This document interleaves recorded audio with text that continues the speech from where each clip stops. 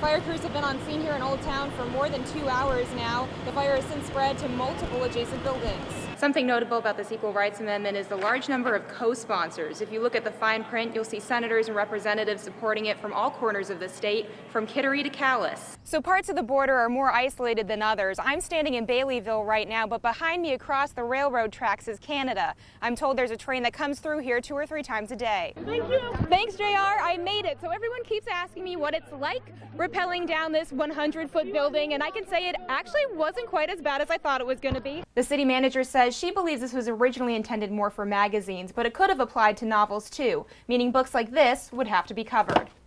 Thanks, guys. We're here at Salvage Barbecue in Portland, so things here get underway at 7, so it's a little bit quiet right now, but some context on question 1 for you. We're here at the Collins Center in Orono, where we've got the wheel, and we've got the hosts, Marty and Mallory, for tomorrow's auditions, who are very excited. So guys, first off, lead me through what we have here on stage. What can people expect if they come here tomorrow to audition? Only in Maine would you have a multi-day festival dedicated just to these guys. There are 9 rooms like this one at Sarah's house, and staff here say they've had people from 15 of the 16 counties in Maine stay here. But right now I'm joined with Scott Ogden, who is the communications director for the Mills campaign. So what is the feeling tonight? Have you talked to Janet Mills today? Tonight, a Hancock County man is dead after a motorcycle crash. And I should have known I was in trouble when I heard our news director on the phone saying, "Oh, Kelly will do this, she's adventurous." Didn't know what it was, but I should have known then. We're here gathering on the Ides of March, the day that Brutus betrayed Julius Caesar. Those opposed to the CMP power line rallied Friday at the State House, saying they feel betrayed by some government leaders. The opponents take issue with a planned 53-mile hydroelectric power line that would carry energy from Quebec to Massachusetts by building through the woods of western Maine. A bill in the legislature could delay that process by requiring a greenhouse gas emission study from the DEP. I'm really skeptical that this project has any benefits to Maine people. We need to know whether the greenhouse gas impacts are real. But project representatives testify they've already done greenhouse gas studies. They also say the power line would bring more than 3 million metric tons of carbon reduction, the equivalent of taking more than 700,000 cars off the road. Our major concern is what we consider the existential risk of climate change,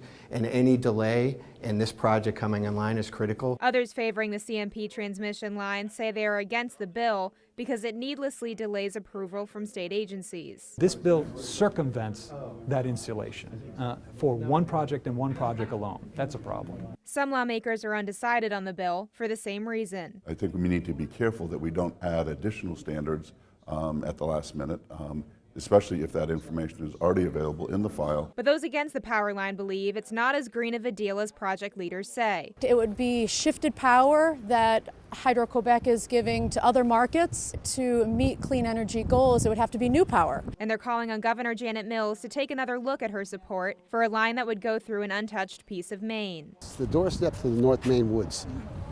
You take a wrecking ball of that, and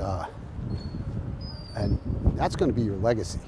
The people behind me who support the bill hope it will continue to delay the project. If the bill were to move forward, the DEP would have to submit their findings by June of this year. Reporting in Augusta, I'm Kelly Mitchell for ABC 7 and Fox 22. The United States' southern border with Mexico has captured the nation's attention and many of its resources. While the spotlight may not always shine on our boundary with Canada, the work done in this part of the country is crucial for national safety. Here's a look at how Border Patrol agents keep watch over the rugged terrain of the edge of Maine's Washington County. With undeveloped woodlands and choppy seas, patrolling Maine's border with New Brunswick is no easy task. Maine's a very big, beautiful state with all sorts of rural, wooded area. Officials say Maine is unique in that its border patrol sector covers all of the state, not including the coastal part. The land border with Canada is nearly 300 miles. At the border of Calais and St. Stephen, New Brunswick, you'll find Customs and Border Protection officers at the physical checkpoints, while Border Patrol agents are on the ground stopping illegal activity. On the southwest border, they have a very high volume of apprehensions down there. We don't see that up here. Still, here in Maine, the number of people caught entering the country illegally is rising. According to numbers from Customs and Border Protection, there were 52 apprehensions in fiscal year 2018. That's up from 30 in 2017 and 25 in fiscal year of 2016. And with rising numbers, agents keep in mind the terrain they're dealing with. It's just rugged and remote, and kind of a lot of parts of it are difficult to access, so we need special vehicles and tools. Much of Washington County's border is made of water, either the ocean or a river. Aside from the usual points of entry,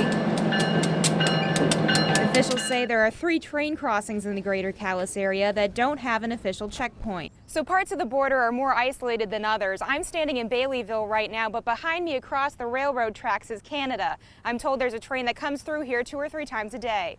Trains from nearby paper mills are expected to check in with the port of entry in Calais, but the train is not physically inspected when it crosses the bridge. Instead, areas like this and further north closer to Holton have technology like real-time cameras and ground sensors. The ground sensors that we have merely indicate that something is going on, but not exactly what. With the cameras, we're actually able to see what is going on. We have seen people crossing illegally just walking across the train trestles, and so we've had some people that we've arrested. Closer to Holton, the border turns into more of a true land border. Known as the Slash, the border is a gap in the wood line between the 2 countries. Near Amity about 5 years ago, Border Patrol agents say they stopped a man associated with the Hamas terrorist group who was in the woods for 3 days. And while Maine's geography offers challenges, it aided in his capture. That happened in October, so he was kind of cold, pretty tired out there after 3 days, so he was ready to get caught. Of the 21,000 U.S. Border Patrol agents stationed nationwide, about 200 are here in Maine. They say they do the best they can with the resources they have. The geography of it is that it's a lot of area to cover and not as many resources as we could use. The agents I spoke with started their Border Patrol careers at the southern border and say Maine's environment presents some special challenges. In part 2, we'll take a closer look at the water border that separates Washington County and Canada by going on patrol with Marine agents off Eastport. Back to you.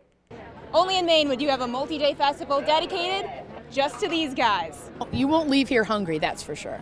People from all over the country turned out for the 72nd Maine Lobster Festival in Rockland. We came up from South Carolina. We decided Sunday, when we heard about this, we were going, so in the car we went. We were here last year and couldn't miss it again this year.